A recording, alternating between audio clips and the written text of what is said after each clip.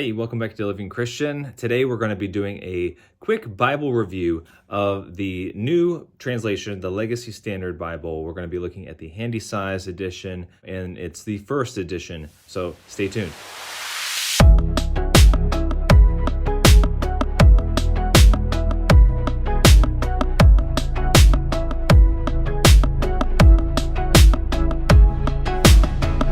So welcome back. We're going to be reviewing, doing a very quick review of the Legacy Standard Bible by 316 Publishers. The Bible was constructed by the Master's Seminary people from like John MacArthur's camp. And basically what the Legacy Standard Bible is a new update to the New American Standard Bible. So kind of almost alongside the 2020 update that the NASB went into, the Master's Seminary got the rights and permissions to update the NASB 95 to what they wanted to do. And to my understanding from watching the translation videos that are on the process and the flow, everything that you can find on YouTube, is that the Legacy Standard Bible it takes some elements from the 71 translation and the 95 translation and digs back into the King James Version, which a lot of the translations that we have now are based out of in one way, shape, or form, or at least in part that way. But one of the things that this Bible is probably the most known for is for the fact that in the Old Testament, it uses the phrase Yahweh. So let me just see if I can find, even like right here, just flipping. There's Yahweh right there in the text. So probably what it's most known for. It's not the thing that, I appreciate that, but it's probably not the thing that gravitated me to this Bible more than anything else.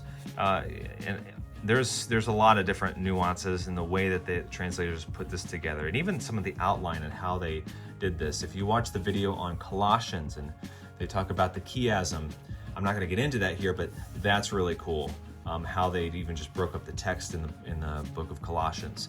Then you've got the things like it's not just fool in Proverbs. It's a wicked fool or it's a ignorant fool.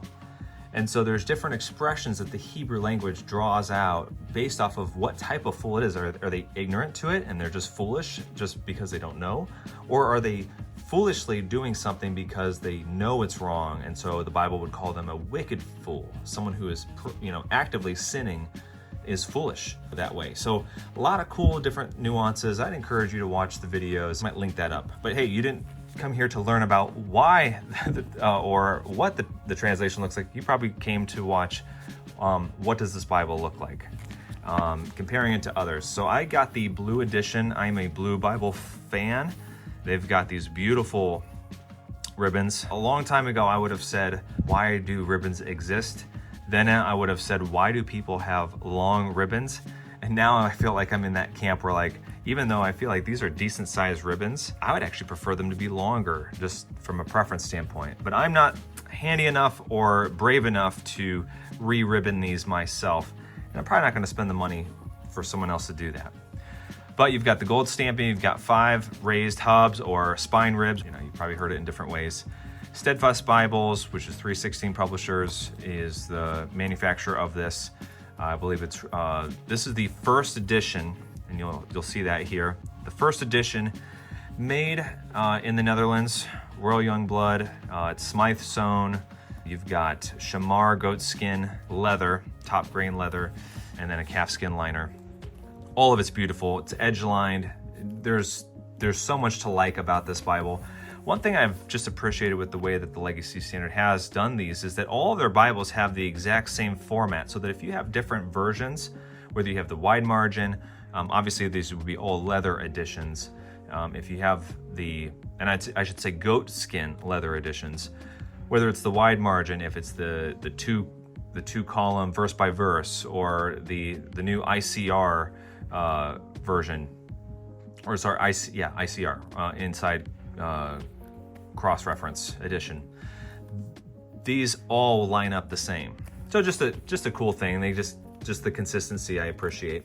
the Bible opens, and I've not spent much time within the first part of the Bible. I've done a little bit of reading through the Old Testament, but mainly when I've used this, it's been in the New Testament, primarily because, you know, this is not my primary translation. The NKJV would be my primary translation. This has already very quickly shot up to be my second favorite translation. The NASB was my second favorite. I think what the Legacy Standard Bible translators have done is they've actually made the NASB more readable and also more literal in many ways. And there's even some things that they do here in the Legacy Standard that replicate the New King James or the King James Version. Like in John 3:16, they say only begotten son, and they give some clarification as to why they chose that. So that's some really cool stuff. I got the indexed edition, and it is a blue under gold. I like the indexed edition. I would probably now never go back to a non-indexed edition unless the Bible just, you know, if it doesn't have the index, it's not a deal breaker, but if I have the choice, I'm gonna choose indexed. I think it was Pride before where I always kind of felt like index was like, oh, those are for the people that don't know where the books of the Bible are. I know where the books of the Bible are. And so I got over that, and this just makes it quicker to get to the book that I'm looking for. So that's something there. Everything about this Bible is top quality. Couple things just to note that you're not going to get with this Bible is you're not going to get translator notes. That has now been released in some of the newer editions. You're not going to get cross-references, also released in some of the newer editions. You're not going to get study notes.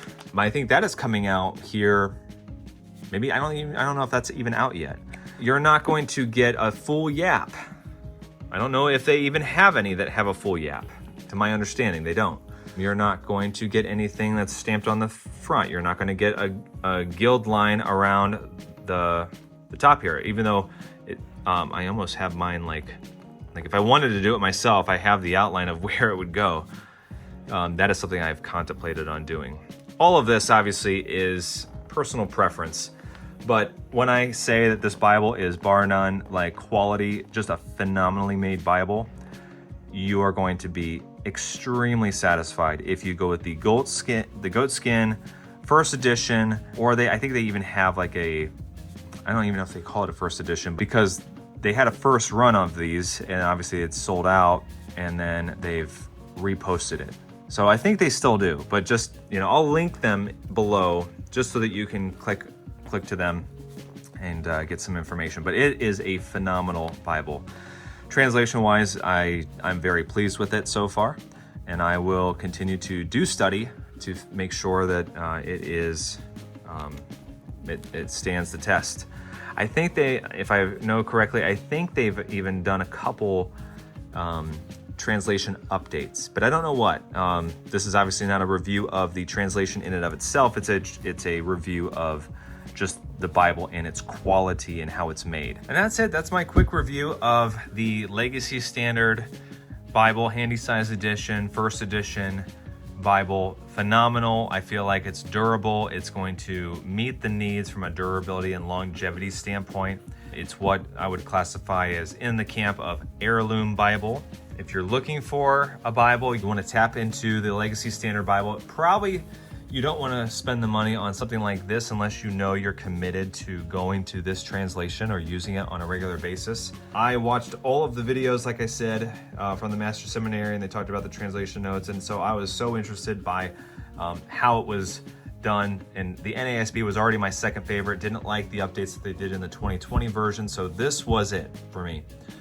This is my now new second favorite translation that's available right now. So if you are in the market for a Legacy Standard Bible, you know this is a translation that you want to bring in to your regular reading and studying of the Word, then I would encourage you to get this. There are much less costly Bibles that you can go with for the Legacy Standard.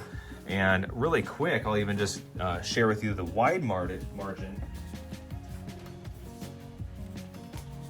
So this one right here this was like $40 or something like that.